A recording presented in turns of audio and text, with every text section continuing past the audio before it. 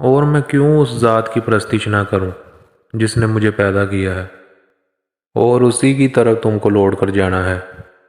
کیا میں اس کو چھوڑ کر اوروں کو معبود بناؤں؟ کہ اگر رحمان مجھے نقصان پہنچانا چاہے تو ان کی سفارش مجھے کچھ بھی فائدہ نہ دے سکے اور نہ وہ مجھے چھڑا ہی سکیں، تب تو میں کھلی گمراہی میں پڑ گیا۔ میں تو تمہارے پروردگار پر ایمان لایا ہوں، سو میری بات سن رکھو۔ حکم ہوا کہ بہشت میں داخل ہو جا۔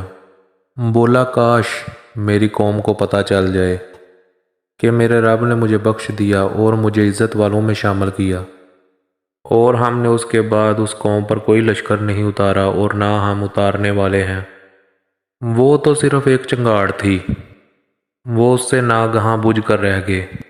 بندوں پر افسوس کہ جب ان کے پاس کوئی پیغمبر آتا تو وہ اس سے تمسخر ضرور کرتے۔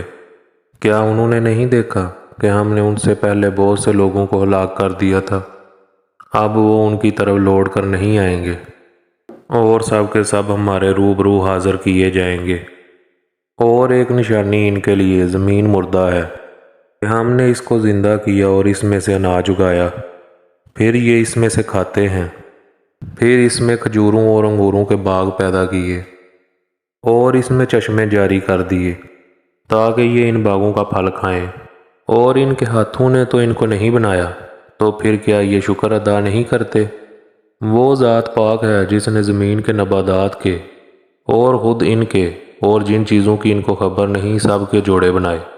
اور ایک نشانی ان کے لیے رات ہے اور اس پر سے ہم دن کو کھینچ لیتے ہیں، تو اسی وقت ان پر اندھیرا چھا جاتا ہے اور سورج اپنے مقرر رستے پر چلتا رہتا ہے۔ یہ اس غالب و دنا کا مقرر کیا ہوا اندازہ ہے۔ اور چاند کی بھی ہم نے منزلیں مقرر کر دیں، یہاں تک کہ گڑتے گڑتے کھجور کی پرانی شاخ کی طرح ہو جاتا ہے۔ نہ تو سورج سے ہی ہو سکتا ہے کہ چاند کو جا پکڑے، اور نہ رات ہی دن سے پہلے آ سکتی ہے، اور سب اپنے اپنے مدار میں تیر رہے ہیں۔